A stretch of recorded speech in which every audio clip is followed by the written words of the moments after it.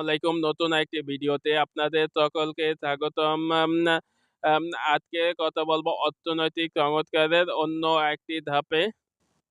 আপনারা জানেন যে রিজার্ভ ক্রাইসিসে কিভাবে রিজার্ভ পাওয়া যায়, যখন আপনার দেশে বাণিজ্য বৃদ্ধি পেলে অর্থাৎ এক্সপোর্ট ইম্পোর্টার বৃদ্ধি পেলে এবং উৎপাদনের জন্য কাজ করলে তখন সেই দেশের রিজার্ভকে বৃদ্ধি করা সম্ভব। আরেকটা আছে দেশের যখন আপনি আপনারা জানেন যে একটা দেশে বিভিন্ন তার অনেক খরচ থাকে সাময়িক, অর্থনৈতিক এবং দেশের সামগ্রিক উন্নয়ন ব্যাপক এবং বিভিন্ন আমদানি নির্ভর বিভিন্ন রকম পণ্য বাবদ এই ধরনের খরচ থাকে। এই খরচ মেটানোর জন্য সরকার ভ্যাট, ইনকাম ট্যাক্স সহ সরকারের বিভিন্ন রাষ্ট্রীয় প্রতিষ্ঠান থেকে লভ্যাংশ ইত্যাদির মাধ্যমে সরকার এইগুলো আয় করে থাকে এবং এইগুলো কিভাবে সুষ্ঠুভাবে বন্টন করা যায় তো এগুলোতে বিষয়ে আপনারা দেখেন ইনকাম ট্যাক্স আমাদের দেশে যেভাবে থাকা উচিত সেইভাবে কিন্তু নাই।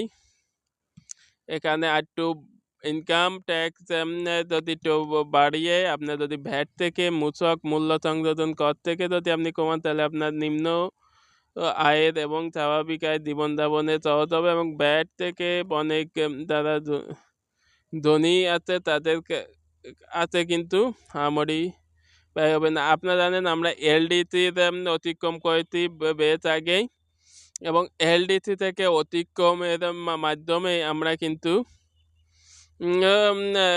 বিভিন্ন জাতিসংঘের বিভিন্ন সহায়তা ফাউন্ডেশন থেকে আমরা এই ধরনের সহায়তা থেকে মুক্ত, অর্থাৎ আমাদের পুরোটাই নিজস্ব যে foreign reserve income, online income এই ধরনের, তারপরে আপনার মালামাল রপ্তানি, গার্মেন্টসের রপ্তানি, এই ধরনের রপ্তানি আমাদের আয় দিয়েই আমাদের চলতে হবে। এই ধরনের আমাদের আয়কে আরও বৃদ্ধি করার জন্য আমাদের উৎপাদন এবং দক্ষ জনশক্তিকে কাজে লাগানো, আমাদের দেশের জলবায়ুকে কাজে লাগানো।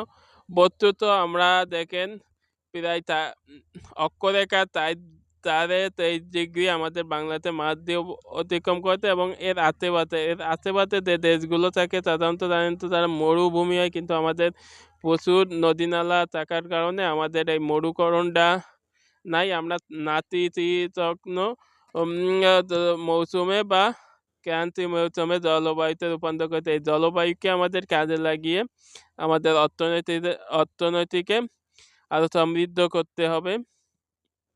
দক্ষ জনবল তৈরি, মানুষের কর্ম উপযোগী এবং আমাদের নিয়মিত সকল যে সমস্ত প্রচেষ্টা, ধর্মীয় সহানুভূতি ইত্যাদির মাধ্যমে প্রচেষ্টাগুলো, ধর্মীয় নৈকট্য ইত্যাদির মাধ্যমে আমাদের এই সমস্ত প্রতিরক্ষা ব্যবস্থা করতে হবে। প্রতিরক্ষা কাজকে উন্নত করে আমাদের সরকারি এবং প্রতিরক্ষা মন্ত্রণালয় যেগুলো আবার জমিগুলো পড়েছে সেগুলো যদি সরকার রাষ্ট্রীয় তরফ থেকে বিভিন্ন ফার্ম তৈরি করা হয়, পাশাপাশি অর্থনৈতিক অনেক ডেভেলপমেন্ট হবে। তারা আপনারা আমাদেরকে যারা আপনার আয়ের দিক দিয়ে ইনকামের দিক দিয়ে উঠতে, তারা আপনার ইনকাম ট্যাক্স ফাঁকি দেবেন না এবং অনেকেই তো আছে অন্তত না হলেও বাংলাতে 18 কোটি প্রায় 8-10 কোটি প্রায় না হলেও 4-5 কোটির মতন ইনকাম ট্যাক্স পিপুল আছে। আরও মধ্যবিত্ত এবং দারিদ্র এবং চরম দারিদ্র এই সমস্ত থেকে উত্তরণের জন্য আমাদের অর্থনৈতিক ডেভেলপমেন্টের জন্য আমাদের নিজস্ব অর্থায়নে যেভাবে অর্থনীতিতে সমৃদ্ধ করা যায় সেভাবে বিভিন্ন সরকারি ফান্ড, বিভিন্ন অন্তত প্রত্যেক জেলায় উপজেলায় যদি সরকারি ফার্ম গঠন করা যায়, গবাদি পশু বলেন বা এই ধরনের বা হাঁস মুরগি কিংবা কৃষি জমি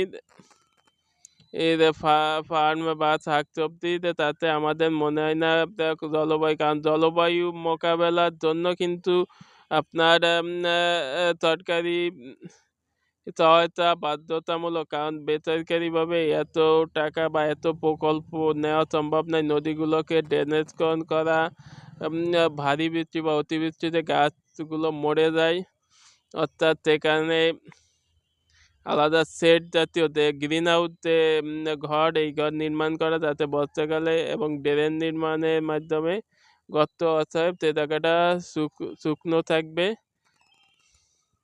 রোদের আলো পাবে, এমন একটা ঘর এবং তরকারি এবং নির্মাণ করলে আমাদের আশা করি এই গ্রীষ্ম মৌসুম এবং বর্ষা মৌসুমে আমরা জলবায়ু মোকাবেলায় কাজ করতে পারবো। আপনারা জানেন আমরা 2024 সালে ব্রিটিশ দ্য ইকোনমিক্সের 72টা দেশ হয়েছে বাংলাদেশ। এই 72টা দেশ এটা আমাদের সকলের একটি অধিকার।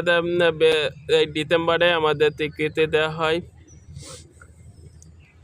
এবং আমাদের দেশে বিভিন্ন কূটনৈতিক এবং আসিয়ান সহ বিভিন্ন দেশের রাষ্ট্রপ্রধান আমাদের এখানে সুতরাং আমাদের অর্থনৈতিক সমৃদ্ধ ক্ষেত্রে আন্তর্জাতিক এবং পৃথিবীর সকলের সাথে একত্রে মিলে অর্থনৈতিক সমৃদ্ধ করা, এটাই প্রচেষ্টার লক্ষ্য হবে। এমনি আমরা যদি আন্তর্জাতিকভাবে বাণিজ্য নির্ভর করতে পারি তা আমাদের অর্থনীতিকে একটা গুরুত্বপূর্ণ ভূমিকা পালন করবে।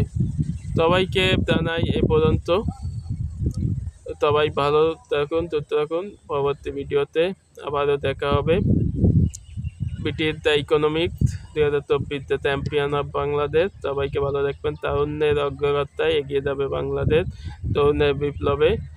তরুণদের বিপ্লবে দেশ নয় পৃথিবী বদলাবে। সবাইকে পর্যন্ত ধন্যবাদ।